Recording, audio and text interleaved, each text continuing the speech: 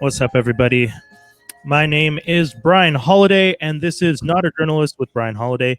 And I am sitting here with a panel of wonderful local business owners and entertainers and all around just wonderful people from Montreal. And as you guys can imagine, today is, as we're recording this, October 2nd. We are in I think the second day of the 28-day mandatory lockdown in Montreal. Saying something like that feels almost ridiculous when I say it because it sounds like something out of a sci-fi movie. But that is the new norm in 2020. We are dealing with COVID, which many of you have probably been affected by. Some of you may have even lost family. To that, I say condolences. And in other cases, some of you are affected by it on business fronts. You've been laid off. And for those of you who are affected in that way, I also say this is quite unfortunate. I think we are blessed to be in Canada. They are, at least it feels like, I say this from a position of privilege where I was lucky enough that I got CERB early on and was fine. I don't know if that's the case for everybody, but as you can imagine, being in Canada already feels slightly better than some of the other places.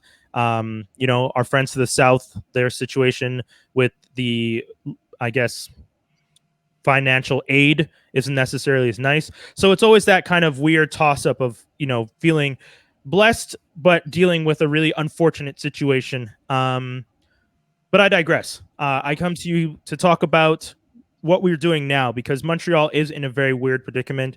And I wanted to speak with people who are affected by this because I feel like it's important to have this conversation to keep people informed. And also, I feel like outside of Quebec, there's a lot of people who might not be dealing with a lockdown the same way. In my industry, when I was working, they made it clear to us in a meeting that because we were all thinking about COVID and the lockdown here, and we're just like, well, what happens to our business as it goes across, because we do business nationally. And my supervisor pointed out, like, I don't know about you guys, but I haven't heard about lockdowns in other provinces on the same scale. And it's true. I realized at that point when she said that I had not. So that makes me wonder what's going on. So first off, if you are watching this, to my right, yes, is Vincent from Urban Science. Vince, I brought you on. Yeah, I brought you on. We've had a conversation already once with regards to COVID, and it was quite an informative conversation, and it opened up my eyes to a lot of different things that I had not thought about. And I thought you would be one of the people I'd like to bring on because I feel like you have done quite a bit of work in researching what's going on, and you had a lot of questions. So I'll please introduce yourself.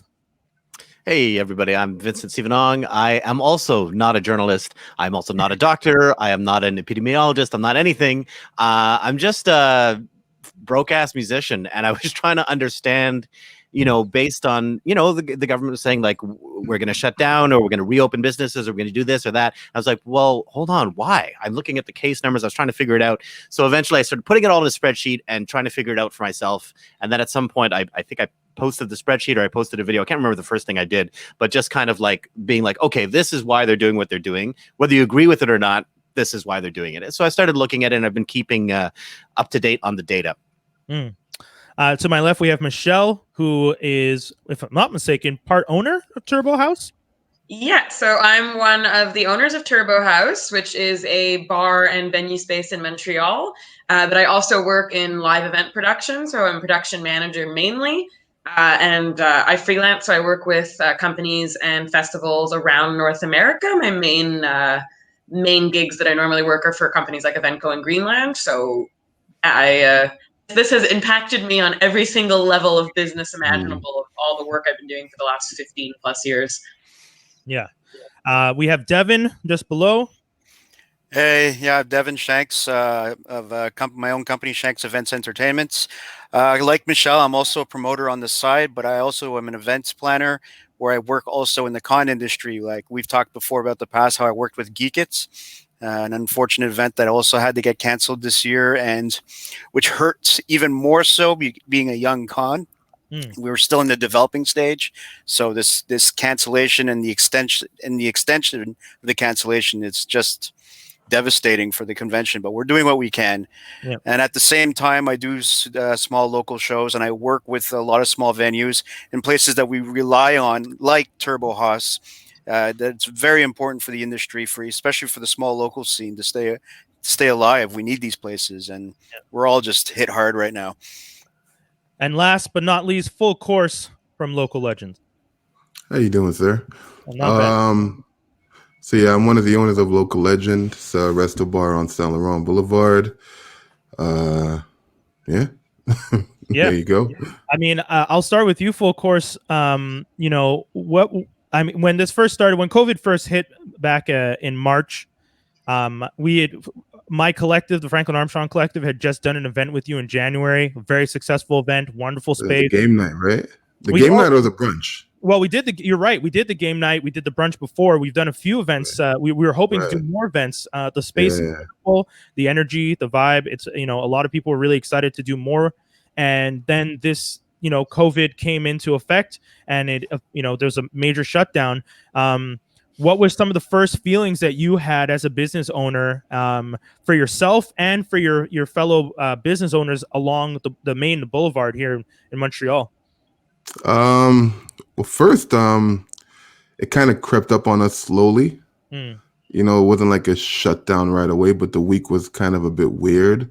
Like, I started feeling the vibe on like the Monday, Tuesday.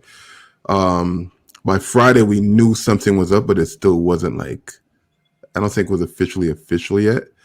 But then by Saturday, it was like, it was pretty much ghost town in the bar. This is in March, I'm talking about, the first lockdown. Yeah. By Saturday, it was ghost town. The timing of it kind of sucked because we had a pretty good winter, considering winter's harsh in Montreal. And like you said, we had those events going on. Our food was flying. We had a really good Monday night, like our open mic Monday. Our Saturday was we had like some really, really cool nights. And we were just making it to spring. So we were ready to crack open that window, air out the place, you're watching the snow melt outside, and then, it just locked us down. Michelle, similar situation for you for Turbo House? I mean, practically verbatim, we also had a really good winter, which is always tough in Montreal because, the bulk of any of our businesses, it's just entertainment or food. It's spring and summer. So we were heading out of it. And I think I speak for a lot of people when I say 2020 was lining up to be a killer year. It was. Terms of my bar, we were booked like crazy. We had a great winter and we were heading into an amazing summer. And for my I'll call it day job, for lack of a better term, I was also fully booked. And I started seeing it from my day job more because I work with a lot of international artists. So slowly but surely, the European bands weren't crossing over. My first official cancellation was for a show in the end of February with an Italian band. So that was kind of like, oh, well, it's really bad in Italy, but everything else looks okay. And within about, say, 48 hours, it was March 12th, I got a phone call saying, stop working. Oh, wow. It was because initially the first shutdown was supposed to be roughly a 30 days as well. Right. Yeah. Right. So I got a phone call being like, stop working. Like, we don't know what's happening. Just stand by. That was, I remember, a Thursday morning. That was on the 12th. The bar, come the 13th, we did our last show at Turbo House on the 13th. 14th, we decided to cancel the show. Yeah. The 15th, we decided to close. And then the 15th at night, the government said, you got to shut down. It was like a very weird, in 48 to 72 hours, you went from being fully booked with this amazing year ahead of you to just being completely unsure. There was nothing, and it was still so fresh that we had no idea what was happening. The CERB didn't exist yet. All of these things didn't exist yet. So it's like, what do we do for our staff? We ended up, before CERB was created, we laid off our staff so that they could get EI. But then for myself, I'm self-employed. It was just such a, I don't want to swear, but a cluster F of I mean, we're all adults here. We can swear. It was a clusterfuck. It was just let it out. Yeah. This episode is. We're not here for kids. No offense to children, but this conversation is more about business owners and how it affected us as adults in our industries. And I don't think the kids who got off from school really care. So you know, Okay. I I mean, always feel like I should ask before Yeah, the yeah. first year. but you know, funny enough, speaking of kids, Devin, you are a parent. Yep. So I feel like you have a very specific and this like unique point of view from this. You know, it affected you not only career wise, but it also affected the home. Can you talk a bit about how this affected things for Shank events, for Geek It, and for you at home? Well, like Michelle said, I think 2020 was definitely the starting off on the right foot for a lot of people. Like I was having a really great start to my year. Geek It was in full fledged. We were planning the convention. We had international guests lined up, and we were already starting to plan for the next. We were working on a 5-year plan with expansions. It was a lot of happening at the same time. I was getting a lot of new, my brand. I don't know if any of you else heard of it, but my brand of Nerd Stock for the geeky side of like the music industry, that was actually gaining momentum too. I was actually booking some pretty big and upcoming geek bands from the States.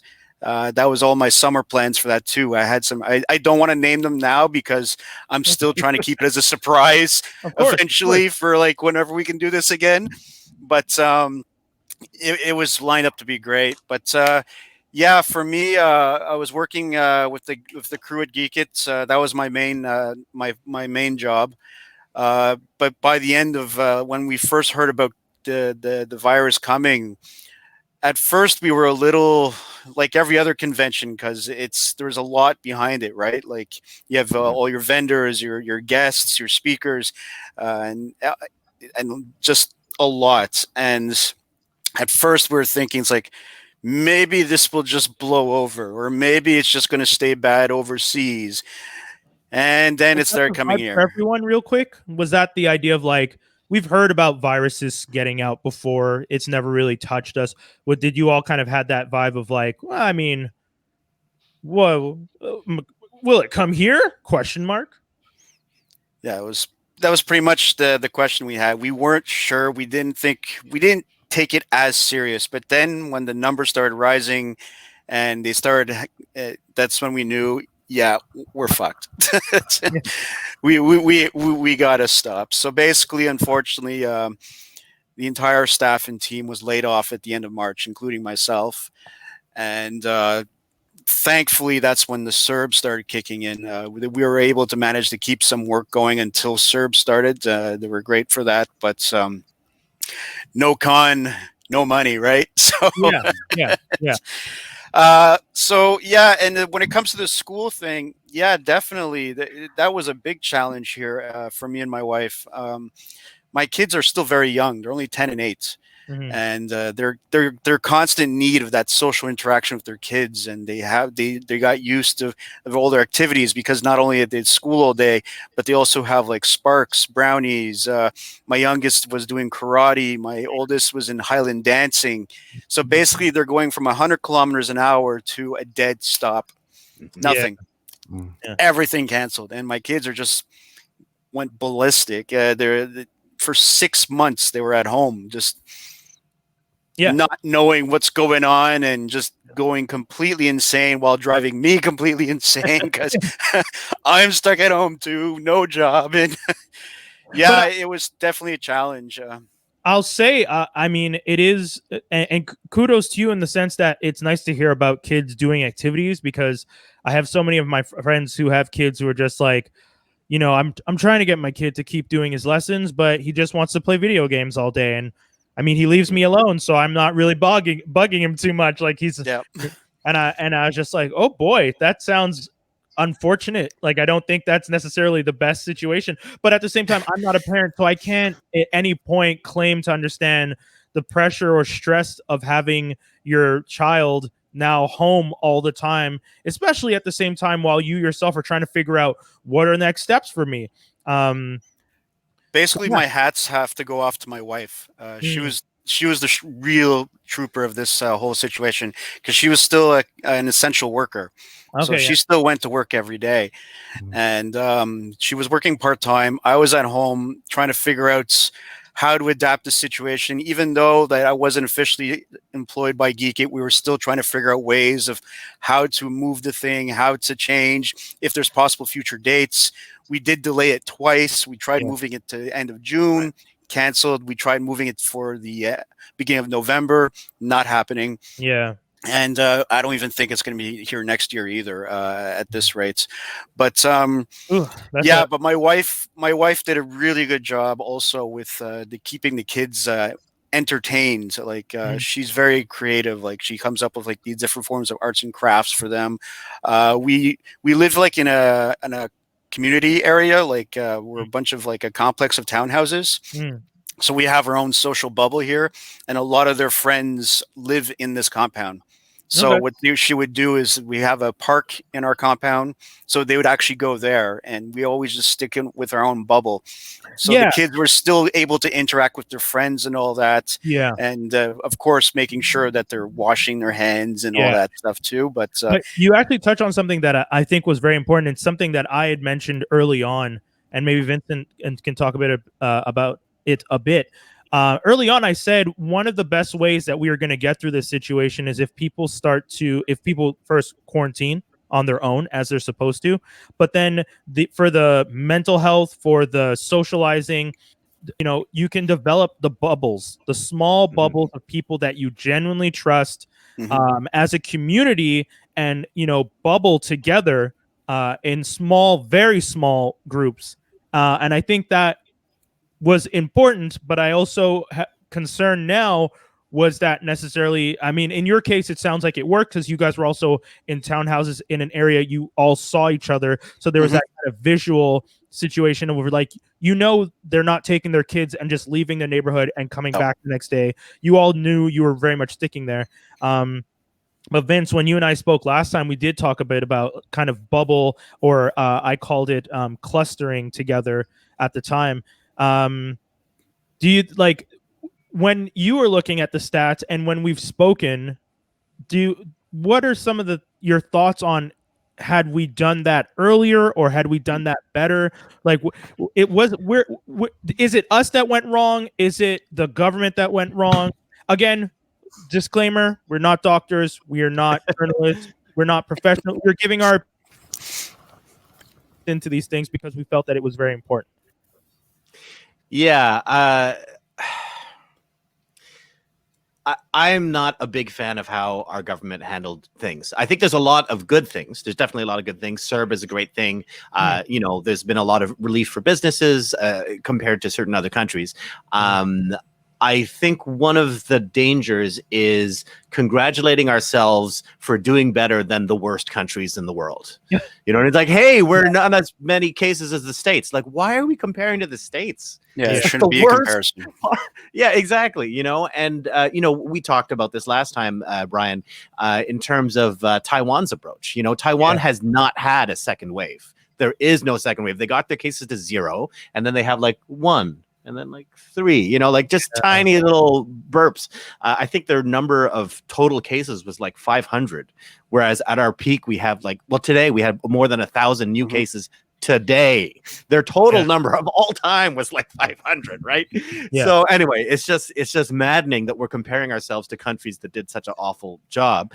I had a question for Devin, just because we were talking about kids and all this. Yep. What did you think of Quebec's back to school plan? Yeah. Oh, it's a touchy one. Okay. Honestly, we are aware of this situation of like the so-called the dangers of the disease spreading through the schools and all that and so forth. But honestly, I think it was good the kids to go back, because absolutely, the moment that my kids found out they were able to go back to school, I've never seen them so happy. I'm talking happier than Christmas. Like, what the fuck? They really, really wanted to go back. Yeah. And I ask them every day, they just got home not too long ago, so I apologize if kids run behind me. But I ask them every day how it was and how they're doing, and it's a night and day versus what I've seen from the last 6 months of them being at home and now them being back at school. Now they're using more energy. They have more to talk about. They're less whiny. And I think their approach, the way they did it, from a perspective of like two parents that have to work, that for the kids to go back, it was a necessity. But at the same time, I think they could have done it better for the sake of the teachers. I found they rushed them way too much, which is not fair. We have a few friends who are teachers, and the amount of pressure they were under was just unreal. They had like less than 2 weeks to prepare for like starting a school. Like it's like they went from no school to, oh, you have 2 weeks to get ready now. Right. As a parent, it's like, fine, go, just have fun at school.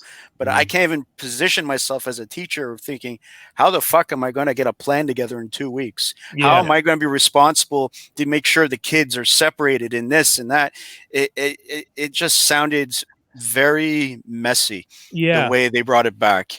So yes, it was good for the kids to get back in school, but the way it was done, I think it could have been handled a lot better. So if I could tie this kind of back into what I was saying earlier. So one of the things about, for example, looking at Taiwan is I think the outbreak started right during their winter break or something like that. I can't exactly remember when their main outbreak was, but so they were kind of lucky. So the school was already off at that point. And then they ended up closing for 2 additional weeks while they kind of figured out the plan. But schools reopened, and this is the thing I don't get about the Quebec plan. Kids don't have to wear masks in the classroom. Yeah, no, it's ridiculous. Like, it makes no like. Why do we have to have 25 people indoors limit? Blah blah blah. But a classroom can have 25 people and no masks and no ventilation. Yeah. What's good actually about the school where my kids go to here in Point Claire, my kids actually keep their masks on in their class. Great. Okay. They go with it. They in class they say, oh, you don't have to keep them on, but actually majority of the kids in their class just keep them on anyways. Yeah, I feel like kids at this point have also just heard enough, and kids are sponges, so they have that sense of like, oh, masks are important now. Like, you're gonna grow up with a generation of kids who and some people are like, oh, they're all going to be germaphobes. No, I think they're just going to be well-informed kids and adults who grow up and understand, trace, like the mentality of like trace infections and stuff like that. Something that probably would have been beneficial to us. I mean, Michelle, full course, I wanted to ask you guys, I feel like Devin touched on something very interesting. It like kids at Christmas, everyone was very excited to get back. What were some of the things that you guys had to do to for yourselves, for your staff, and then for your patrons when trying to open back? What were some of those hurdles? What was it great? Did you feel like kids at Christmas yourselves, being able to finally get back to it? Of course, do you mind taking it first? No. Honestly, I wasn't even sure if we were going to reopen. Okay. Because we got to that point where either we were going to open our clothes, I didn't mind, but it was just being in limbo and not being able to move or just plan. That's worse than opening our closing. So I was just like, I was mentally prepared to close. But we had we got a lot of calls of support during the lockdown, especially with the Black Lives Matter movement. Yeah. People wanted to support a Black-owned business. We had developed something really cool. So we had a really cool vibe going, and a lot of people were just hitting us up. So that kind of kept us going through it. Yeah. But then, you still don't know how you're going to reopen. Like, we could have reopened when restaurants reopened because we're a resto bar. Yeah. But we didn't open right away just because it's still kind of new. It wasn't just like, hey, you could open your doors and you're right back at it. So we waited a bit just to see what was happening, the lay of the land, Yeah. But our staff was some of our staff were scared to come back, rightfully so, because we're indoors as well. Even though we're on the first floor, our windows open all the way, but we're still indoors. Some of our staff were eager to get back, just to get out the house and socialize and work, Yeah. But I don't know. At first, it was weird. Yeah, I'm not gonna lie, it was weird because we're also right across the street from Moishes. Oh, yeah. We're on Saint Laurent, we're near Frappe, we're Blue Dog, Blizzard. Yeah. So Moishes, just having Moishes closed or not reopen, You know, you're already like, damn, if Yeah. Moisha didn't make it, like, what does that say for the rest of us, right? Well, and wait, did they like close? They're not. Oh, Moisha's Well, done. Moisha's is done, but Oh, man. it was just timing because they were gonna reopen around the old port, like Viger area, Oh, but just with COVID and everything, I guess it didn't make sense to reopen because there's no businesses that are open in the downtown core. Yeah. So they just didn't reopen, you know. Damn. But you see that, you know, you see like the Pizzeria next door to us, he's closed. You see a lot of shops that are just, you know, not back. You see the streets a little quieter. Yeah. But our people came out. Like our people, you know, they came out. So I don't want to say it felt like Christmas because reopening was another stress in itself. Yeah. You know, you're reopening to debt. You know, all these bills you owe. You open your mailbox and it's just, you know, Bell, Hydro, gas. You know, it's like shit. We still got to pay all these. They didn't stop. You know. So yeah, it was a weird feeling reopening, but we got our groove back. That's important, man.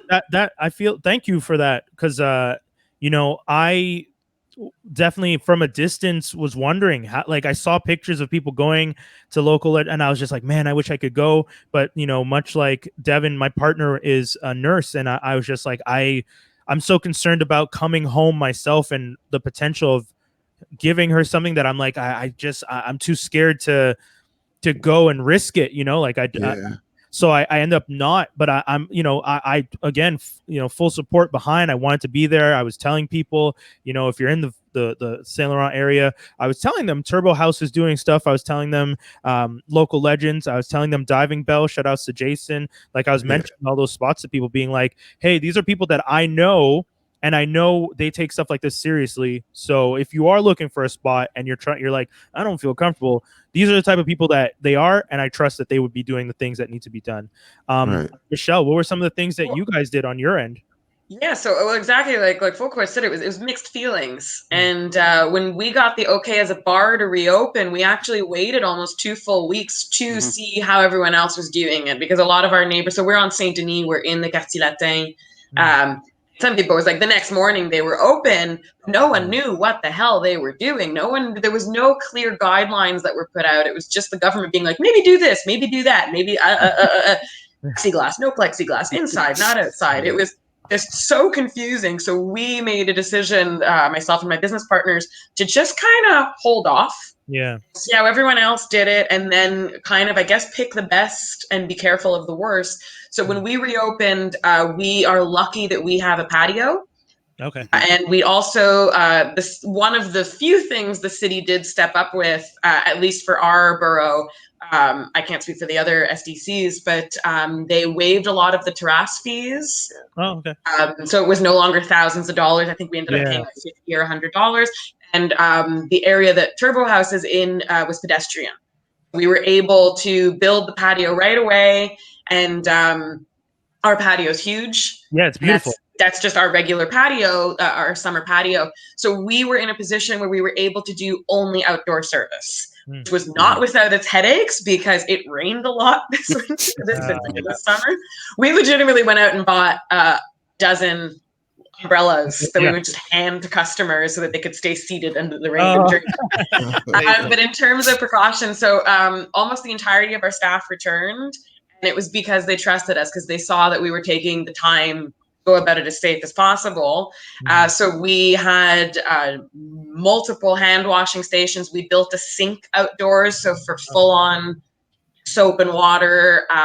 No customers indoors at any time except to use the bathroom. And we flat out had someone whose job was to just tell people when they could go use the bathroom or not. So one person at a time, even though we have 5 bathrooms, seated at all times. And there was a lot of measures that we put into place as soon as we opened on July 10th. So we were doing the contact tracing lists from the first day that we opened. We were encouraging the masks before that was put down. We were just going above and beyond because, we want to keep our customers safe, of course.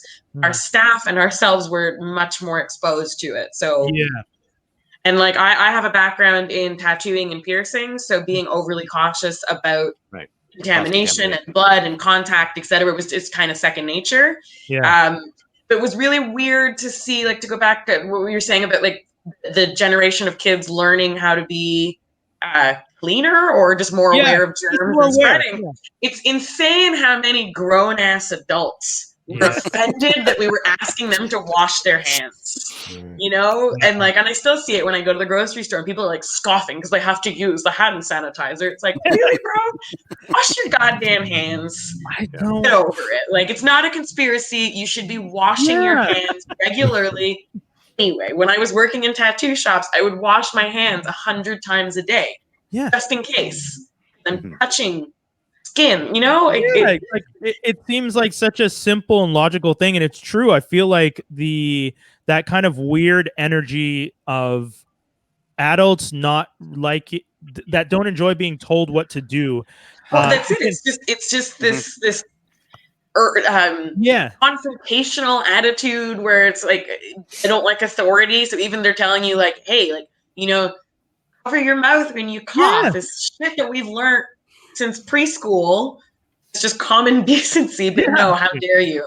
I think a lot of the things with the masks where I've been of the opinion since day one where I would rather wear the mask and in 6 months or a year or 5 years be told, yeah, BT dubs, that little piece of cloth was useless, as opposed to not wear it and risk getting someone sick. And I think that that's just having logic, decency and common ethics, or however which way you want to put it, where it's, I mean, it's a piece of cloth on your face. No one's asking you.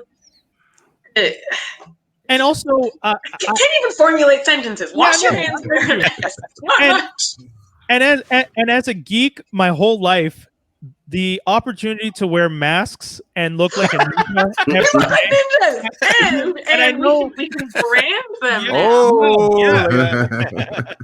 And like, look like a Mortal Kombat Turbo House ninja. I was going to say that's going to be the number one Halloween costume, right? And if I can say that, you know, as a woman on public transportation or just in general in a major city, no one has told me I'd be prettier if I smiled or to smile or anything because I've been wearing it. So I'm good. Forever. Just it's unfortunate like it's such an unfortunate thing that but it's such a wonderful silver lining because you're not the only one I've spoken to who said that, like, hey, it's been 7 months of not being told, hey, you should smile more. Because one, I wasn't outside at first. And then by the time, like, this is what my friends were saying. They're like, I wasn't outside. And then by the time I was outside, I had to wear a mask and no one saw my smile or if I wasn't smiling. Because it's my beautiful. Yeah. Again, silver lining. I'll wear them forever. But Vince, you were shaking your head because we were talking about the whole thing. I had a question for both Michelle and Full Course because I guess my question is, what do you think of, they're saying that the bulk of the reason for this new lockdown or whatever, the bulk of the transmissions are coming from private parties and blah, blah, blah. So what do you think of that? And then all the safety measures that you guys as bar owners have been taking to adapt, like, and then you being closed down, like, what do you think of that? I don't know who. That's perfect. That is one of the main things I wanted to talk about here. Right. The fact that the businesses were being punished, or it feels like businesses are being punished, when every business that I know and business owner has done the utmost. And in Michelle, like you were saying, the industry that was hit the hardest was food, hospitality, bars. Like by far, we were the first to close, the last to reopen. Hardest hit on every level imaginable, the ones with the most restrictions put on to reopen, and arguably because of all of these things, with both repercussions and just initiative of people who give a shit, like our businesses, ones that had the strictest rules. Like in ours, if you got up without your mask, you had a bunch of loud tattooed people fucking yelling at you and monitoring these things. And no mask, no entrance. If you didn't sign your contact tracing, we didn't let you onto our patio. Too bad, so sad. So I think that my opinion of this right now, the fact that malls are still open, Costco is still open, everything is still open except for bars and dining rooms, the industries that have arguably, with the exception of a handful of works, obviously, of course, overall, the ones that have been hit the hardest and working the hardest to get back on their feet are the ones that are the scapegoats, because the government needs a bad guy. It's really easy to vilify bars and restaurants. Which is a huge backbone of Montreal. The mayor, Absolutely. even in the press conference that followed Legault's press conference, where she flat out said, like, well, we recognize that there's not really been any cases in bars, like there's been one or two exceptions. Like we know that this is not the problem and it's private parties. So what did they do before we went into lockdown is they cut our hours of serving. So instead of keeping customers in a safe spot where they're being forced to wash their hands, where there is contact tracing, where they're wearing their mask, and they're in essence being babysat by professionals, you're going to send them home at midnight when they're tipsy, where it's still early enough for them to be like, well, the night is young, let's go to so-and-so's house. Yeah. And then when they upped it to 11, we started doing our last call at like 10 to 11, because if we did it any earlier, we flat out had customers, and I firsthand witnessed this, being like, oh, we're good, no last call, we're going to go to the dep and get beer, we're going back to my house. So it's like, oh, private parties are the problem. Yeah. So let's give people more reason to have private parties. Oh my Lord. Sound logic. Yeah. Thank you. But I feel like that is one of the utmost points. When I heard this whole thing and I heard that malls, stores, everyone was staying open, and I thought to myself, but everyone else, like one of my friends reached out to me. She is a freelance writer and usually is traveling. She freelances from East Asia and all this stuff. And then because of all this, decided to come home. She'd been essentially living in an Airbnb for months and was just like, I need to go out. Are you down to meet me in the Old Port and we just walk around? I was like, sure. So we went to the Old Port, we walked around, and we got to, I think, Montreal Poutine. They're the ones with like a terrace that's outdoors, but it still has four walls. Mm-hmm. Went in and looked, not a single person there. And they went and they put plexiglass dividers between every section. So you're essentially walking into a plexiglass booth almost, and you're being seated. The server comes with a mask and a face shield, all that jazz. And at first I was like really concerned when we were walking down. I was just like, oh man, I feel like this is the first time I'm doing anything like this. And I could feel like the back of my neck, like that kind of anxiety that I've never felt before. Cause I'm like, you're going into the belly of the beast. You're going into the city. I'm at the Old Port. Tourists like to be around here. It was a ghost town. And I was just like, oh, it's not as bad as I thought. Yeah. Like full course. Like you were saying, it was a ghost town. There's like, it was, 10 people at most. That main square at the Old Port where it's like by St. Paul. Yeah. 10 people. That's it. So we go in, we ate, we had a drink. I got a picture saying another couple showed up. They got their food. They left. And then another group, 3 or 4 people came in. They went over to the bar, but I guess someone told them they're not serving drinks. They sat down. They ordered one round, paid, and left. And that was the other thing. People seem like they're testing, but they don't want to. They're like, this was fine, but I don't really want to stay. And they all kept bouncing. And to think that spot got closed when I know for a fact they were going out of their way to do everything possible to try and make sure that everyone's safe, and to hear what you guys are doing, and to hear what, Devin, you guys have been doing with your events. Because Devin, you had events planned that I saw. I was gonna get on to that once. No, but then go ahead, please. But okay, actually, I've been working with Piranha Bar the past couple of months, and the same thing with them. They implemented all these safety measures into the place. First of all, we reduced the capacity to only 39 people to actually see a show, and it was all seated service, so they were forced to sit. Sorry to interrupt you. What's the regular capacity for the showroom? Isn't it around 283? Wow. Damn. So we reduced it. We sold. We were advertising max 40 people, but I was number 40 because I was working the door. So it was 39 people. At the door itself, I was literally in a plastic box. They put up the shields in front of me when greeting, and I had a big shield beside me, so no one was in contact with me. Also on the stage itself, they put a giant plexiglass across. Oh, wow. Okay. So the bands, there was zero contact between the band and the audience, because the way it would operate is the whole stage was cut off for the band, the only way they would get off is into the back green room for where the band would stay. So Okay. the only interaction they would have is from the green room to the stage, and from the stage to the back, zero contact for people.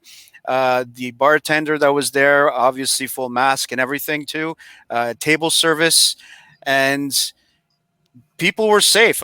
It was completely sanitary. He even bought one of those sanitary spray machines. You see them doing like in Korea and all that. Wow. Okay. We were literally going around, hey, Devin, look what I bought. And he's just like spraying the shit out of everything. It's like, not while we're in here, man. That's But, crazy. no, they really went above and beyond. And also it worked. Even though it was only 39 people, we successfully hosted 2 shows. Both of them sold out. And for one night, for at least a few hours, people forgot we were living like in this shitstorm. But at the same time, people stayed in their sections. And we also had what we call the captain too, exactly what they did at Turbo House, making sure that people were staying in their seats and had their mask, and they were actually seated too. It wasn't like a free for all, go wherever you want. We had someone there also guiding people around. And at first, I was when I was thinking about doing these micro shows, as we called them, I was a little skeptical too, to be honest, because I'm like thinking, how are we going to do this? But after I went and I visited the venue twice before actually making up my mind. I spoke with the main booker there several times, and then we did our first show with we just used local bands around too. Like the first one was with Vinyl Hero and Red Fox, and unfortunately, I had to miss that show because I just got out of surgery. But yeah. But it went off. It went fantastic. It was a great show. People were safe. They were having fun. The bar was actually getting some revenue, which was severely lacking. And because it's just a venue, it's not like a bar where it has the bar and a venue. It's like literally can only open when there's a show. Yeah. So with this new lockdown again and all that too, it's like we finally just came back to being able to do shows, and now it's like, oh, it's taken away again. And I had in total 6 shows planned, micro shows. I did 2, had to cancel the other 4 coming up. I was supposed to be at one tonight, actually. And I think one of the things that I was really excited when you started doing those shows. So was I, actually. It felt so good being at a show again. I was like, live music. I mean, someone has to start them somewhere, and even the larger venues have been doing their live streams or their seated shows or this, that, and the other. And I mean, you know, I've been working in production and management for shows for over a decade. And when you look at the micro shows, financially, they don't really make sense. But in the long run, someone has to start somewhere to find new ways to put on shows. Actually, it's going to go a long time.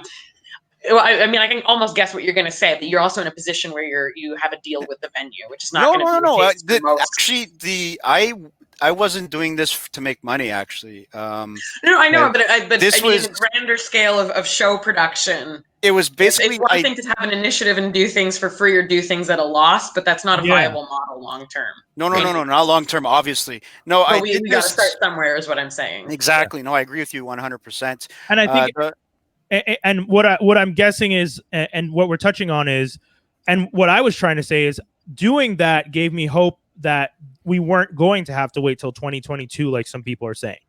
You know, like you have analysts in the industry who are saying things like, we're not going to have concerts the way we've had concerts until 2022. And I mean, I feel like that's such a negative way, like that's just defeatist. We've given up at that point. And obviously I know that they're looking at it from multiple different angles and they're crunching the numbers on spread and stuff like that. But I feel like they're also just feeding into the idea that we can't get out of this for at least another full year. And that I don't think that's defeatist. I think it's realistic. You really think what I haven't liked, and like my end, most, and this is outside of Turbo House, but most of the bands I work with would be, let's say, B market for the majority. So we're talking capacities of about 2,000. Okay. They're mostly international touring artists. And I think that there's, I mean, it's important to be optimistic. It's important to hope for a best case scenario. But we still have to be realistic. I think that a lot of these bands or agents that were too hasty on rebooking, it's just kind of giving a false hope and then creating a narrative of like, oh, things are going to be okay because my band is still going to be on tour. But you know, how can we be booking these tours where we are now in October? I'm not talking about May when we still had no idea what the fuck was going on. But like where we are now, we have to be realistic and recognize that these international bands and these international tours, until the borders are reopened, it's not going to happen.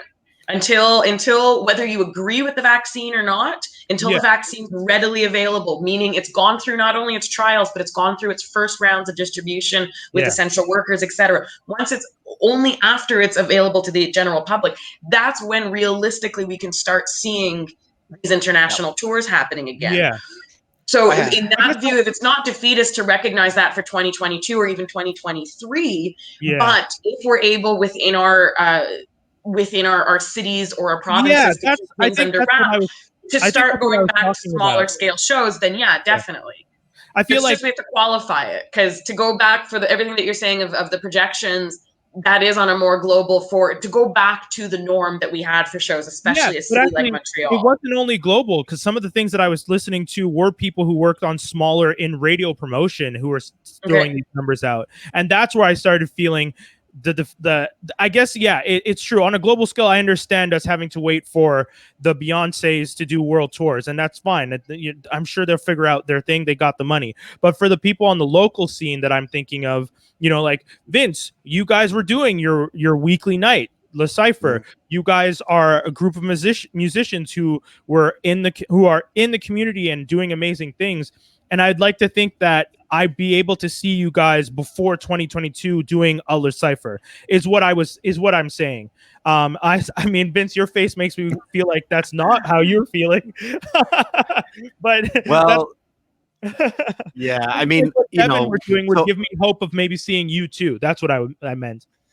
Yeah, I mean, okay, so I remember the day that they announced gatherings of 250 people or more should not be happening, because that was on a Thursday. That was March 12th. It was on a Thursday, and we were at soundcheck trying to decide whether we should be doing the soundcheck. That was it, you know. And in the end, we canceled and whatever.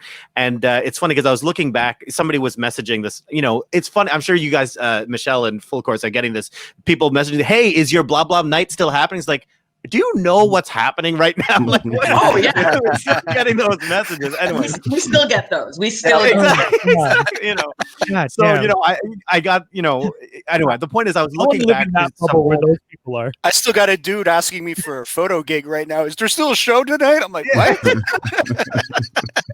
Well, for us on the flip, it was when they announced that we could start having 250 more. The amount of phone calls and Facebook messages and emails, like, okay, so shows are back on, right? And it's like, no, it's up to 250. Yeah. We're normally not even 150. In what world? Yeah. Like, damn. Okay, sorry, Vince. We're excited. You can't be mad. No, it's I'm trying. I can't even remember where I was going with that now. You were talking about how you guys had early on realized, okay, well, 250, we're gonna shut it down, right. And then Yes, so I was looking back because I got this message from somebody saying, "Hey, is the show's going back?" And I found my old video where I announced that we were taking a pause, and it was so naive. Like I listened to the video, I'm like, you know, we're just gonna see how it's going. Like next week, we're gonna check in and see what the health regulations like. At the beginning, we had no idea, you know, no idea. So it's just funny to see that in retrospect. But so we shut down and thinking it was maybe next week, maybe in 2 weeks, maybe 3, and then it's like, okay, no, this is not happening. And that's also when I started like looking at the numbers, saying like, what are the odds that we would get this under control? And then when I started looking at that, I'm like, we're not getting this under control. This is a disaster. This is horrible. Like over the summer when everyone was like happy and like, hey, this is great. I was like looking and like, we're still at like, you know, we're still at like many hundreds of cases, you know, of active cases, and we're like happy and like, oh, everything is great. Like, man, if we don't get this to zero, this is going to explode. And sure enough, that's what we're in right now, you know? And every time I would post about this, there'd be people saying, oh, it's unrealistic to get to zero. It's unrealistic. I'm like, man, how many countries have gotten to zero? And if we don't get to zero, how many years are we going to be stuck in this? You know, that's exactly what Michelle is saying. Like, we're not coming back with full normalcy or whatever you want to call it until 2022. I just getting back to the original question. So I think in terms of Decipher, I want to see Decipher in 2021. Yeah. I want to go, even if it's not the same thing of everyone standing in a crowded space, even if it's table service. That's why, again, like what I was saying, Devin gives me hope. Even if this type of thing where it's smaller and I'm table service and you guys are doing it. And then I guess to what Michelle's saying, for you guys financially, it might not be the best decision, but is there a way? Hell, guys, at one point I was thinking, we have no choice but to make it work. So to figure out how to make it how to make it. Yeah. At one point I was thinking, like, could I reach out to the venues that I like going to, and is there a Patreon they could set up where I pay into a monthly thing so that when things do open back up, I have some kind of pass or credit so I can support them in this time and hopefully be there and it still exists in the long run.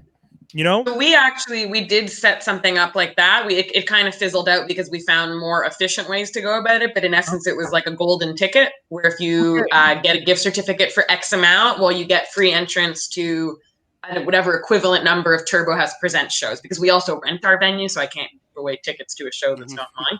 Yeah, right. I know for us, what has worked the best for us is merch sales. Okay. Yeah. So we've been selling merch like crazy. Initially, it was just, t-shirt with our logo on it, but then shameless self-promotion. So then we started collaborating with a bunch of local artists. And our approach to it, instead of doing a GoFundMe or something where it's like, okay, people are just going to dump money, this way, by buying merchandise that we're putting out, you're supporting the artists that we've collaborated with. And we also print locally. So you're supporting not only our venue, you're supporting local artists, local printers, and the post office. And it's actually been working really, really well for us. And I think a lot of businesses, be it in the hospitality industry or just in general, we've all had to adapt and find other revenue sources. So having the merch is something that's not just people dumping the money, because what you're saying, Brian, is we definitely thought about that. There's only so much credit that you can give people or IOUs, where if we knew that there was an end date to this, like if we knew that, come January 1st, 2021, we're good, we're operational. All right, cool. Check off the boxes. What we found by doing too many gift certificates is it just becomes way too much stuff in limbo. It becomes really hard to manage. And then, if in a year or two, things aren't back to normal or people can't cash it in, it just becomes like a weird level of responsibility where we're all exhausted and stressed. Yeah. The reason I thought of it that first time was because my comic book shops, like, I'm a geek.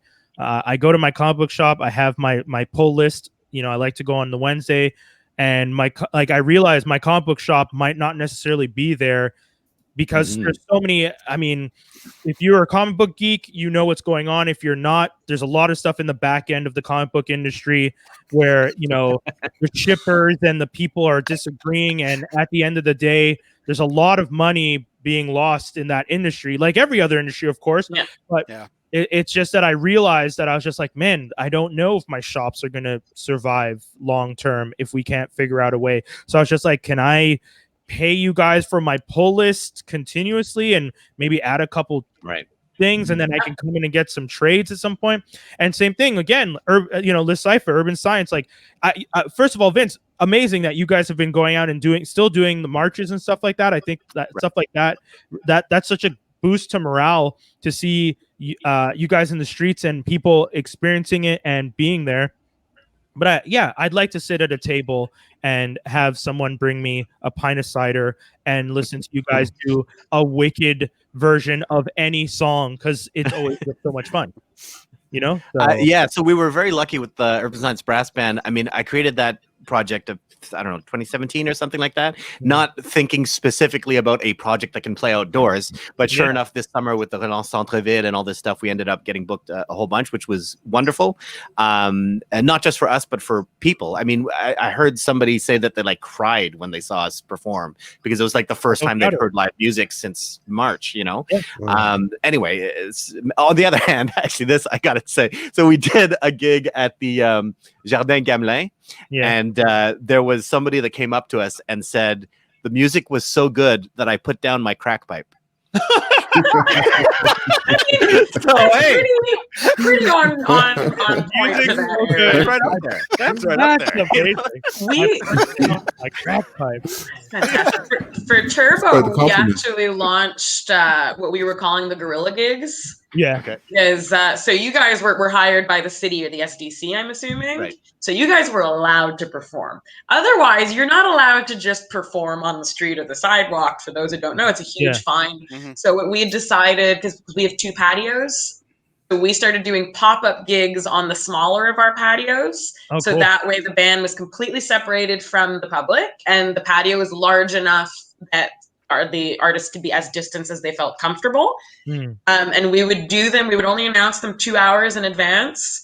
And the sets would only be 20 minutes. And our logic was, well, first of all, we respected all the COVID limitations. So that was like, that was all I cared about. As for the noise complaint, go fuck you. And the thing about having 20-minute sets is that by the time anyone calls the cops, it's done. It's done. What? And we did that, and we did it. We only got to do, I think we did 4 or 5 total because we ended up hitting code yellow, code orange, and then there was all of the cops that were patrolling, so it was just not worth getting anyone in trouble. But it was really nice, and what bands we had? Flamingos Pink, we had The Many.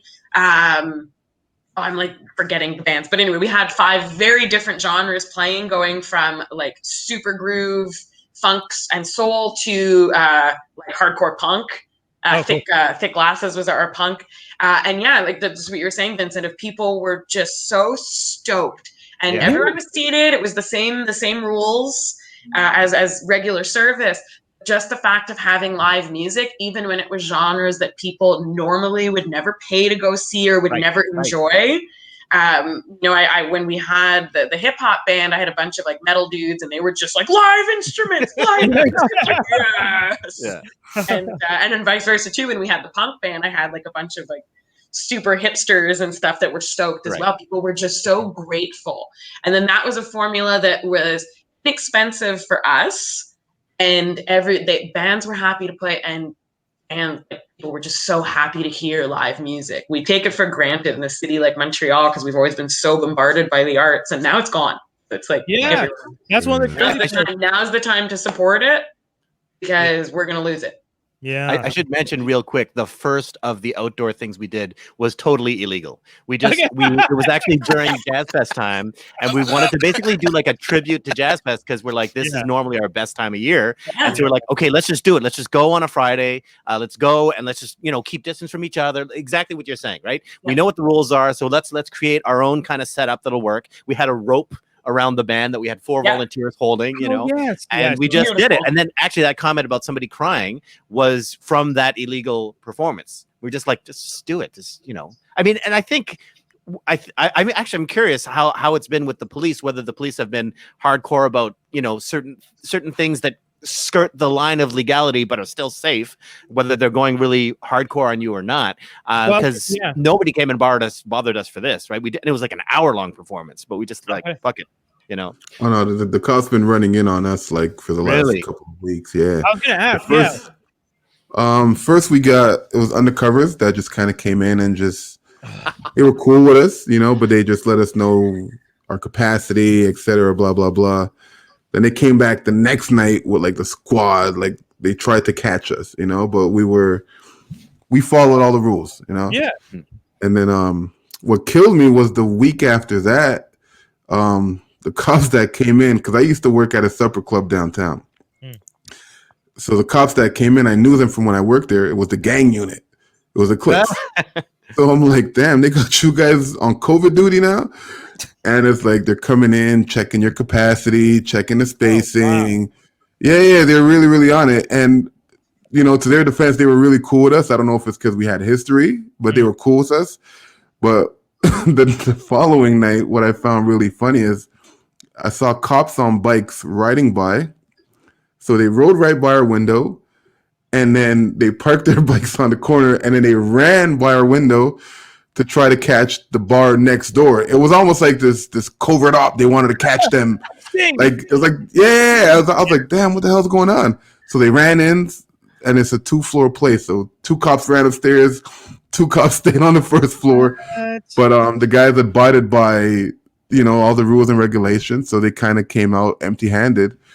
But I was like, what the fuck is going on here? Yeah. You know what I mean? It was really like, what are we really doing?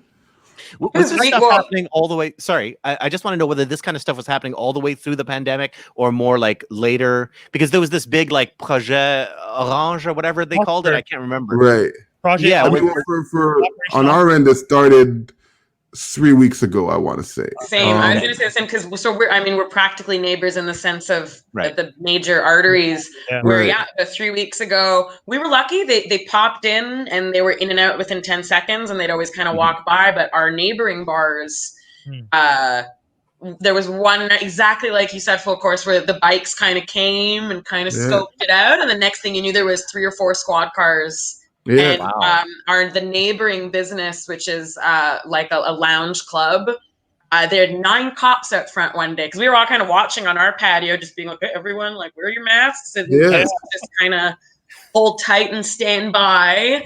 There was 9 officers, 2 undercovers, because you see that when the undercovers put their jacket on over their plain clothes. Yeah. So the undercovers had gone in, and there was 9 cops, 3 cars, and it's a pedestrian street. They drove into the pedestrian, and it was bananas to watch. And really, the presence was only in the last, pretty much since we turned to yellow. Yeah. And it really hurt an already hurting vibe. No, I know. It was a killer. We got lucky due to the mass construction on St. Catherine. There was nowhere for them to park. The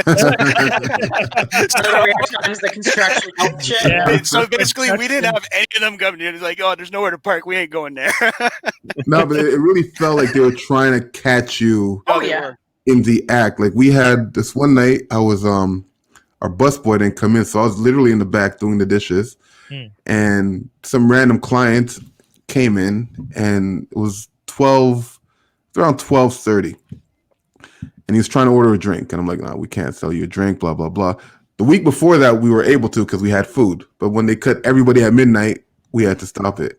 Okay. And this guy was being really adamant about buying a drink. And his energy was just off. Like you know these things, right? Like he was bobbing a bit too hard to the music, like trying to fit in, So like I was like, no, you're not going to get a drink where we're done.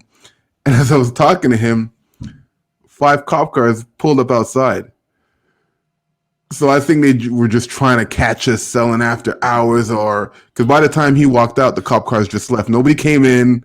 So I really think they were just trying to catch us, Our theory of it. Yeah, sorry, super quick. I'm just wondering, when they're doing stuff like that, for you guys as business owners, the relationship that that Montrealers have, or businesses like that on Saint Laurent, Saint Denis have with the police is, I mean, I hope amicable. I don't own a business. I imagine that, one of the things that the whole idea is protect and serve, right? So it's not the idea of like try and corner us and so what is for you as business owners, how does that make you feel with relations to how that relationship moving forward after these things?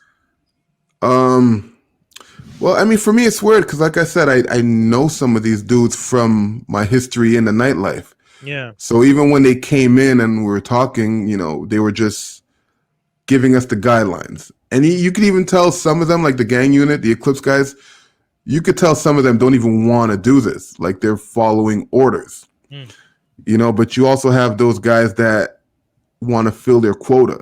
They want to go back to the station with, we gave out X amount of fines tonight or blah, blah, blah, so it's weird, but we're still, I get what they're doing on the safety, on the safety tip, but some of them are just trying really too hard to make it hard on businesses that, like, I mean, shit, we're a bar that we had to close at 11. Like you said, I normally drive some of my staff home, and I drove them home, and I was like, shit, you guys could have caught the metro tonight. You know? Yeah, it was, you know. I mean, I don't know about you, but we were forced to close usually at what would be our peak hours when people would be showing up. Yeah, well, that's what's it. Like, we're losing our main, like, as a bar, you make your money. If you're a bar that closes at 3 a.m., you're making your money between 1 and 3 a.m. That's when your real crowd comes out. We're closing at 11 o'clock. Yeah. And then you still have to pay the same rent, the same everything, and you're losing. So we lost, 4 hours on your main hours you're losing. You know, so I was kind of, not to say relieved, but I'm like, it's better off shutting us down than almost forcing us to go bankrupt, because that's what's going to happen. I totally agree.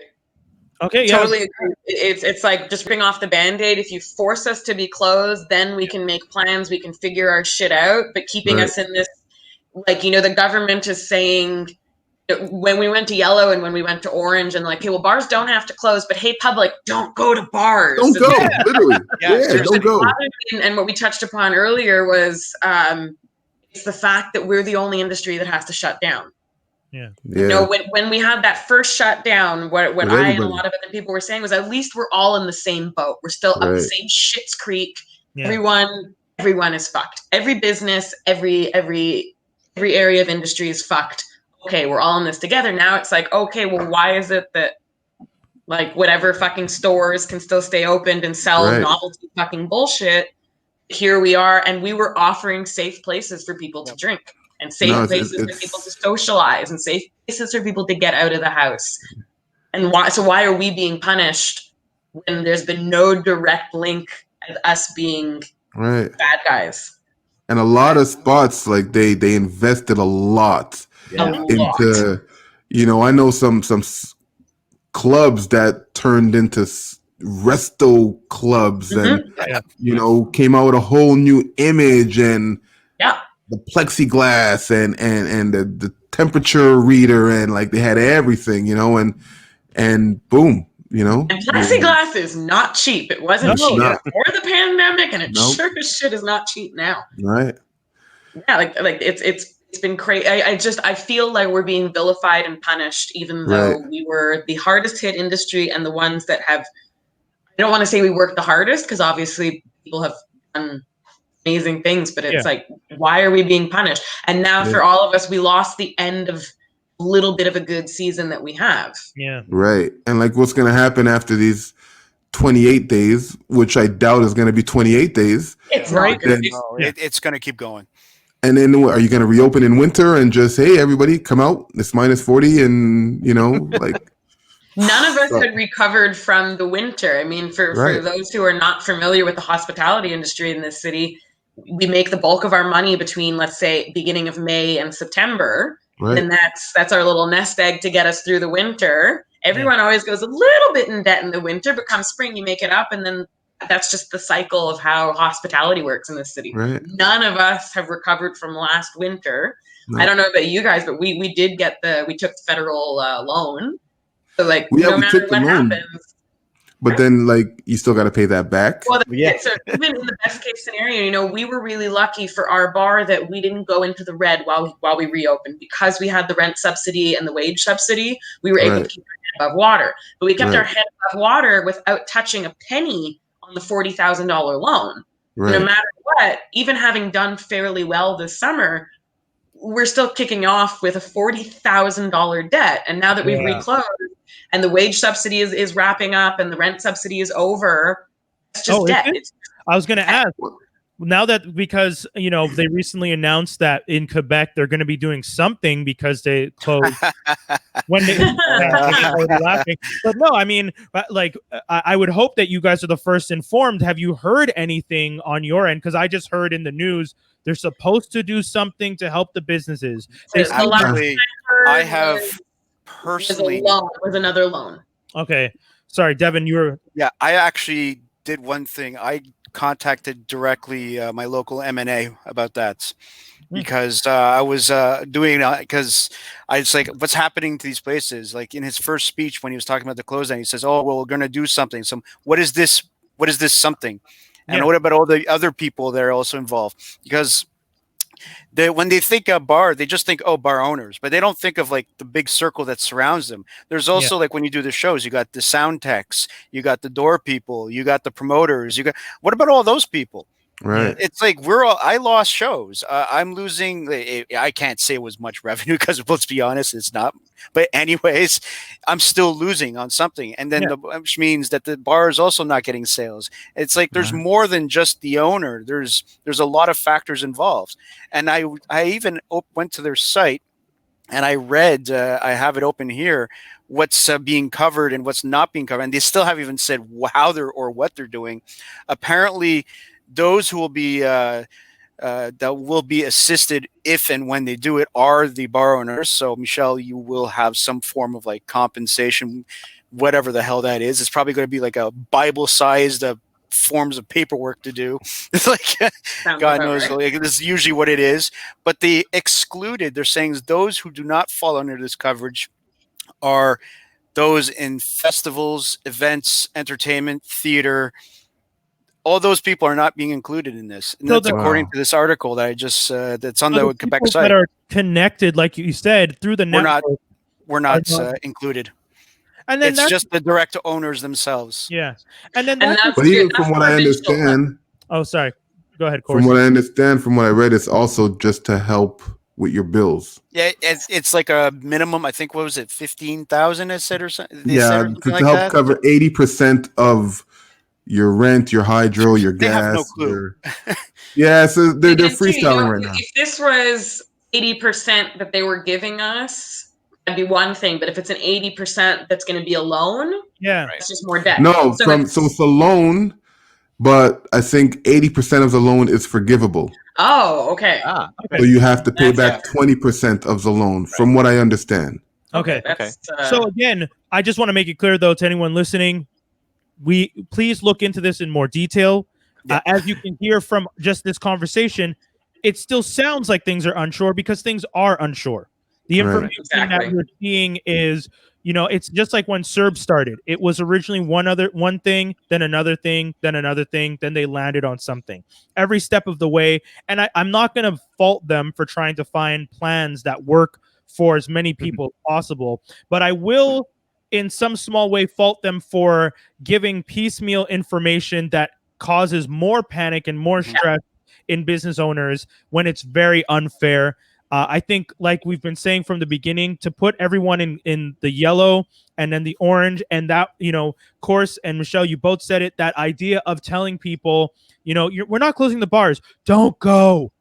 The SAQ is still open. Buy a bottle, stay home. Yeah. Oh, by the way, when you all stay home and you now can have groups of 10 or more, and you're telling everyone to stay home, and these people now stay home with their friends and drink these bottles, and again, like Michelle said earlier on, aren't following any protocols because they're now having house parties and they're not being watched, like Devin said, and like all of them said, by someone whose job is literally just to make sure you're following some sort of guideline. So instead, you go to these house parties, everyone gets, you start seeing outbreaks.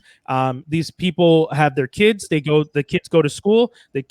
And again, this is one of the things that I found very annoying when I started hearing and seeing all of this. There was always this thing of like, the schools aren't the problem. The schools aren't the problem in a way, but the schools are still part of the community. So when someone is at home with their child and they've had people over and they didn't realize that person, because again, they're not doing tracing to see where those people have been going, that unfortunately can be passed on to their kids. And then I don't know if you guys saw the map, but the map in Montreal of all the schools that have had at least one case is insane. There's a lot of schools where there's at least been one or two cases. Schools have had to shut down again. So you understand if they're in the classrooms, they're not wearing masks, they're going back home. Their parents who think, well, the school hopefully is protecting them and is doing their due diligence as part of the community, but they can't do anything about it And then people go out into the community, they have little parties, they go see a friend, and next thing you know, bar owners who had nothing to do with this are being affected. You know, Herb Science, Shanks Events, Local Legend, Turbo House, all affected. Diving Bell, Bad Boy de Rio, all of those different events that go on around Montreal are being affected by this because of what I feel is a complete misinformation and misdirection of trying to call this. I feel like, and that's why I wanted to have this conversation. That's why I really wanted to reach out to you guys because, and Devin, you were on me because you said this is something that really needs to be discussed, and it's true. This does need to be discussed. We are affected, and Vince, you said it from the get-go. You were one of the first to say it. We are looking at that first paragraph you wrote where you talked about like we are looking at the loss of the culture in Montreal in a way. I don't think you wrote it exactly like that, but that was the sentiment of what you were saying. Montreal is a very cultural city, and we are losing some of the essence of the culture in Montreal by continuing to target the parts of Montreal that are not responsible for this. And that feels like a very unfair situation. I'm sorry. I agree. Yeah. No, you're right. You're right. And unfortunately, you probably all see it too on social medias. They got the people following them also pointing fingers at the bars and venues, and it's like shut down the bar, shut down the. It's like you don't even know your own facts. It's like it's scapegoat. It's just that you need a bad guy, and like Brian, you touched on it earlier of the you don't want to fault the government or fault officials on certain things because this is such an uncertain time and things are fucked up. Like there's no textbook or rule book for this. Yeah. At a certain point too, we need to voice whatever anger or discontent it is because I get that there's no playbook for this, but at the same time they need to appease the general public and give a bad guy and point to finger and show the public that they're doing something, even if that something makes no fucking sense. Michelle, I got to disagree with you. When you said that we don't have to blame the government, I think we do have to blame the government. Yeah, I don't want to say not blame them, but kind of deal of understand that it's not a perfect system. Yes, there's a certain understanding. I mean it in that sense. Because I 100%. Don't you worry, I have gotten into my fights with my city officials. But in the sense of, especially early on when people were like they should know what to do, where it's like this isn't unheard of. I mean, but now we're 6 months in. Now we're 6 months in. It's like, you know what? There's no more sympathy. No, I get it. That's what I'm saying. And it's like when it comes to the call for the hospitality industry, who the fuck did they consult? Yeah. Who did they consult? Is there any kind of grouping? And earlier on in the pandemic, there were so many groupings and associations that were being formed of like restaurateurs and bar owners, this and that. Some were by borough, some were by industry. And it's like, okay, you had all of these business owners and people who've been in the industry for decades in this city. They're like, hey, hello, we want to talk. Let's talk. Let's make this work. And the government was just like, blah, blah, blah, no, like prohibition laws. A lot of the liquor laws that are in place today in 2020, pandemic aside, are laws that were created post-prohibition. Like these are dated to begin with. Oh my now God. booze is the bad guy again. Like, are we headed towards prohibition? New prohibition. Yeah. Actually, it's funny you mentioned that. I'll actually read this one sentence that was sent to me from the office from our local M&A about who's speaking on behalf of like the cultural community and all that. Which they wrote back to me. We will also forward your correspondence to the offices of Miss Isabelle Melançon, official opposition critic for their cultural and communications, who is fighting for the survival of the entertainment industry. So there's our answer. It's the opposition party. So basically, there is no representation in our current government that's actually standing up for us. It's the opposition party that's like... It's such a crazy idea to think to put it, even if it was in their own party, to have that on the shoulders of one person. I don't think you could spearhead this with just one person. I think it really can't come down to multiple people in the industry and in the community have to look at this and work at this together. Because again, guys, I feel like everything in the world that's going on, it's easy to ignore some of the things on a local front, but the culture of Montreal is being hindered and slowly smothered by some of the and I'm not saying that lightly. I haven't been going out, but I know that it is affecting many, many, many people what they're doing. And I think it's really important to understand that it is not, you can't just point the finger at this one industry and say, because someone sang karaoke last night and everyone else has COVID. That is insane. Yeah. that is that I like when I heard that they were shutting down karaoke first, I was just like, okay. And then, midnight closures. Okay. 11 p.m. closures. What's going on? Yeah, the 11 again, like just using that 11 o'clock as because that for me is a clear example. Yeah. Whoever the fuck proposed that didn't realize that the last call to sell alcohol in the province is 11. So that's just giving people more leeway to go buy booze elsewhere and then go home and drink. At least when it was midnight, they hung at the bar. Oh, well, it's too late. I can't go. Yeah. And, I mean, in my opinion, and as someone who's been working in nightlife and industry, I'm going on 15 years as a waitress, as an owner, as a manager, as an event producer, like all of these hats I've worn. If we would have kept the bars open and extended it back to 3 a.m., that would have kept people in safe places to drink until 3 a.m.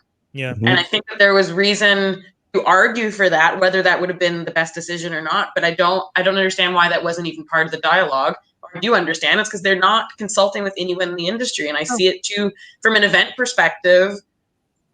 Just the city as a whole pre-pandemic. There's so many problematic things where legislation or rules or laws are being put into place. And it's people who have never set foot in a venue, who have never set foot, and they're not consulting either. I have you don't need to go to rock shows to make regulations about rock shows, but you sure as shit to consult with someone who's put one on. I don't know. There's a it's reason very much like Band-Aid solutions. It's like if you fire 12 bullets into a guy and you're like, okay, we're gonna put one on this hole and one on this. Oh, you know what? Let's limit it to 11 bullets. Let's limit it to 11 bullets. That's what it is. Like one little stupid thing. So why don't we just stop shooting the guy? Let's just stop. Yeah. Like as much as I put it this way, we know a little bit more about how the disease spreads and how long it takes to incubate, whatever. So instead of like mild, I'm actually almost an advocate of a much bigger shutdown. Yes. Because what is the point of like partly shutting down the bars? But if we take everything down for just a month, shut it all down. for a month, 1 month, give everybody food. Just if you can work from home, get everybody a Netflix subscription and food for a month. Yeah. Get the cases to zero. Honestly, now we can reopen. Honestly, when we went into the red, I honestly expected, like, everyone was freaking out, but I was just like, you know what? Maybe we do need to go into the red and actually do the shutdown. And then when I heard what the red was, I just thought, this is mild. This is not a red. It's not red. Exactly. No, there is no red. And I think that's why my next show is going to be at Costco tomorrow night. Yeah.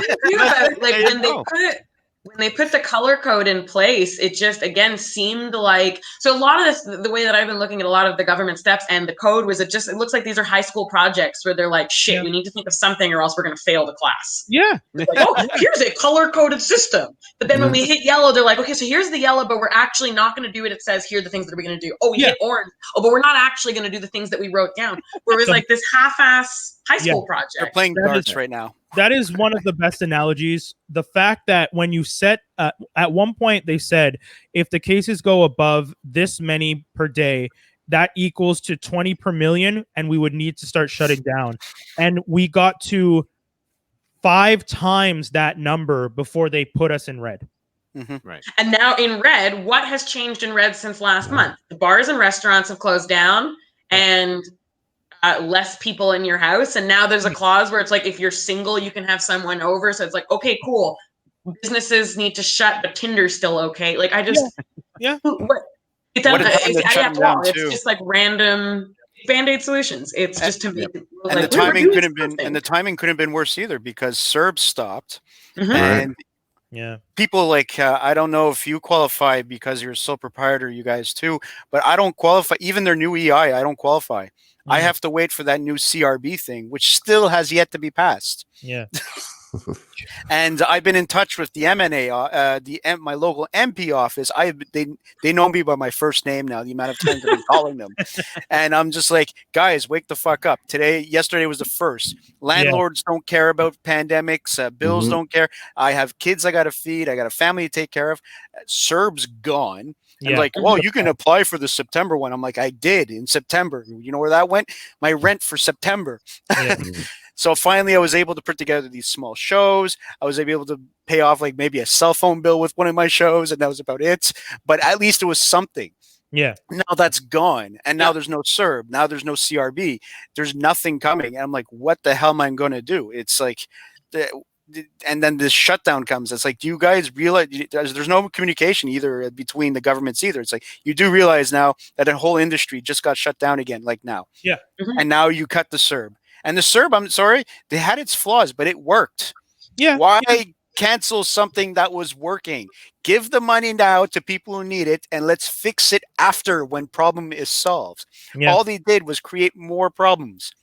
I know so many people right now who are left in the dark waiting for this new CRB for the sole proprietors and entrepreneurs that don't qualify, and they're all in the same boat. It's like, I have no fucking money left. I can't pay rent. I can't pay bills. Or what little money I have is, what am I going to do? Pay my hydro or put some food in my fridge? It's really bad right now.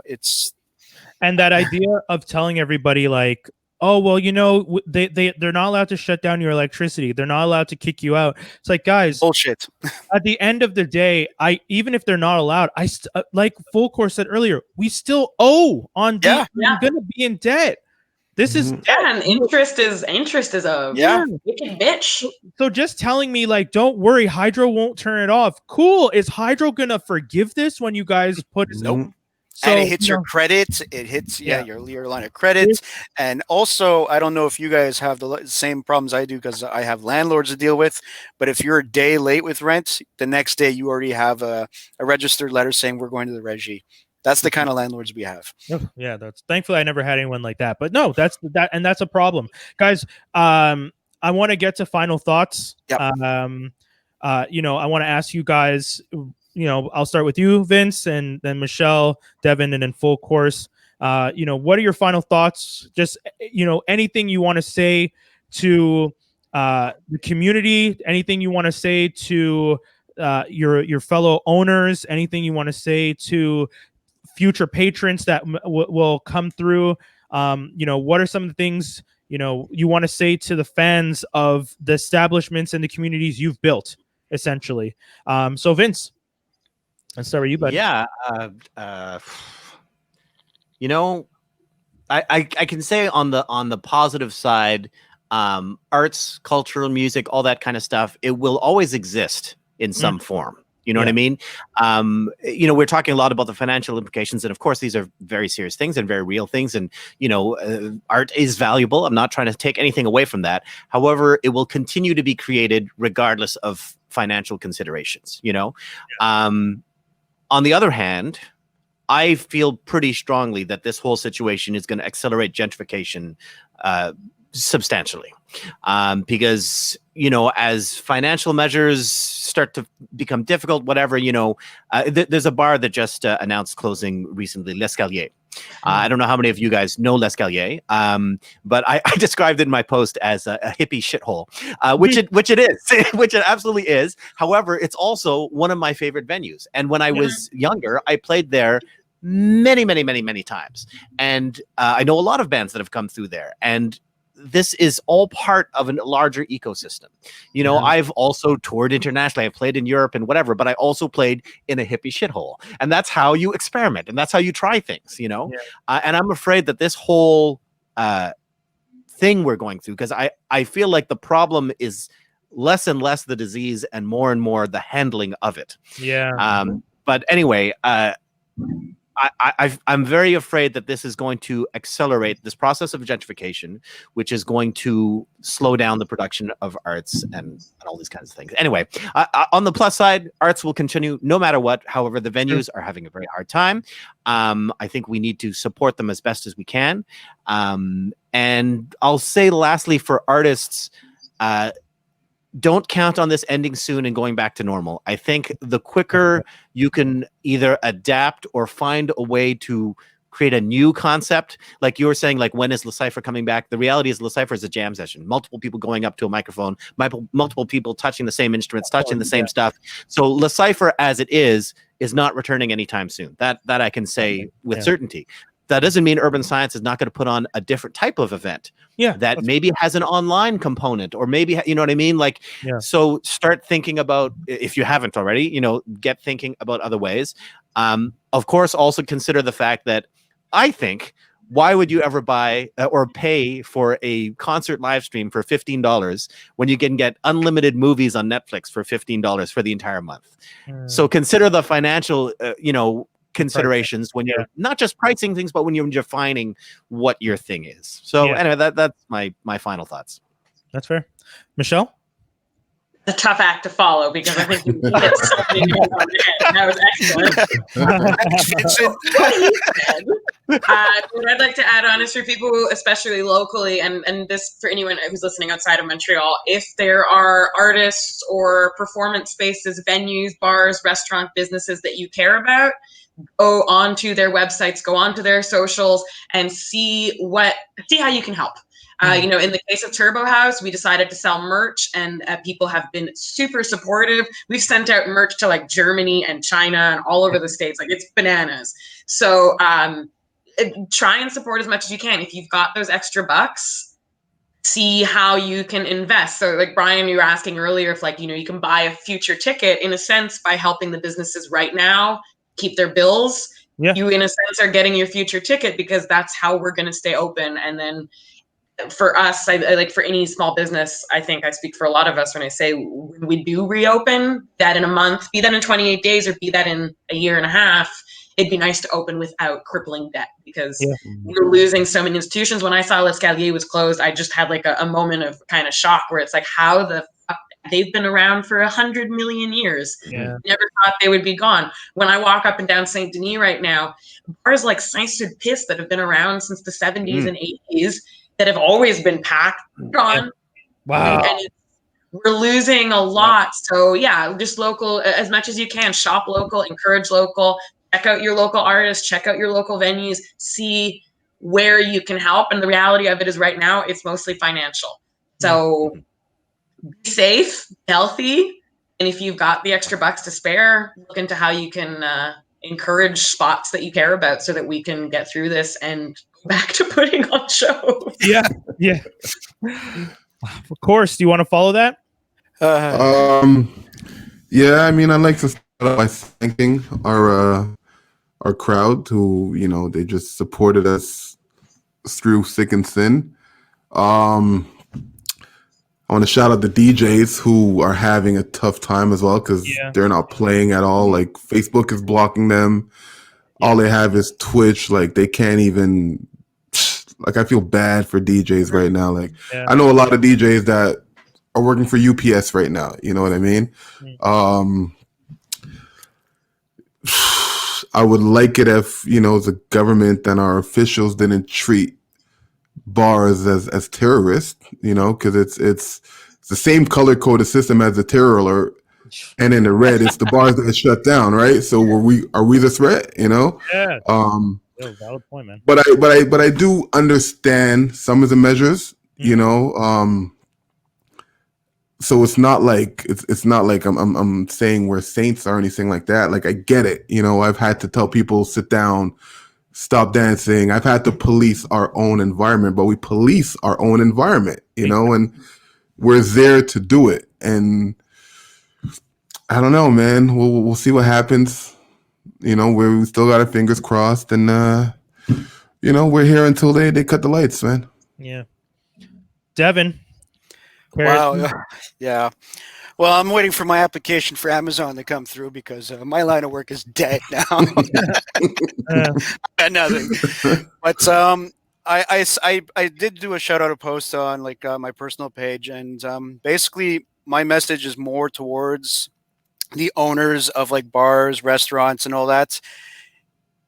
Bombard your local politicians, like email them, call them, bang on their door, demand. That's what they're being paid for. That's why they're there. That's what their actual job is. They're supposed to be representing us. And I'm seeing, obviously, it's easy to bitch and moan on Facebook and this and that. I've done it a few times myself, I admit. But at the same time, if you really want action, you have to really take the steps to go after these people. Mm. It's the only way that we're going to be heard.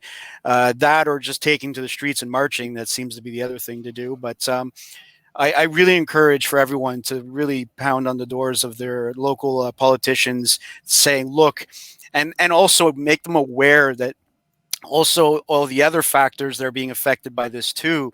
Like, it's not just, yes, the owner obviously is taking the biggest, it's their property and all that too, but all the other people involved in making that establishment great. Like, how many other promoters have you worked with, Michelle, at Turbo House? Like, quite a few, I imagine. Like, they rely on, people like me rely on people like you to have a venue for us to be able to put on a show, which brings people out. And I'm also a huge advocate of support local. Please support local.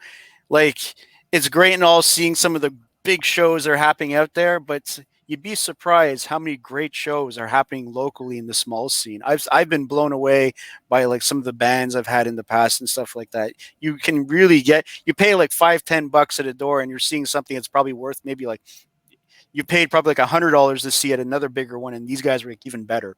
So yeah, definitely support the local, and just go and bug the shit out of the politicians. Just keep banging. Just don't let them stomp all over you guys, because we need you. There you go, folks. Can I add one thing before you do sign off, Brian? Sure. One thing is, please, let's get the cases to zero. Take all the precautions. Take, volunteer to do grocery shopping for your elderly parents or whatever. Let's just get all those cases to zero. If we get if you're a conspiracy theorist, or if you're totally if you're a mouton, as they call them, anyway, no matter which direction you're coming from, get the cases to zero. Because if we get the cases to zero, we can all take our masks off. We can all do everything normally. All the venues reopen. All the artists start to, man, let's just get the cases to zero. That's it. Yeah. Guys, this was an excellent conversation. I want to thank you all for coming on here and being true and open and having this conversation with me, because I really think, watching a lot of what's been going on lately, and I really didn't like the idea that I felt the nightlife was being vilified separate. I felt that either you're shutting down or you don't. And I didn't like seeing, like Michelle's been saying, the scapegoat. Every time I saw it, and everyone's just like, close the bars, and I was just like, I don't know if the bars are the issue.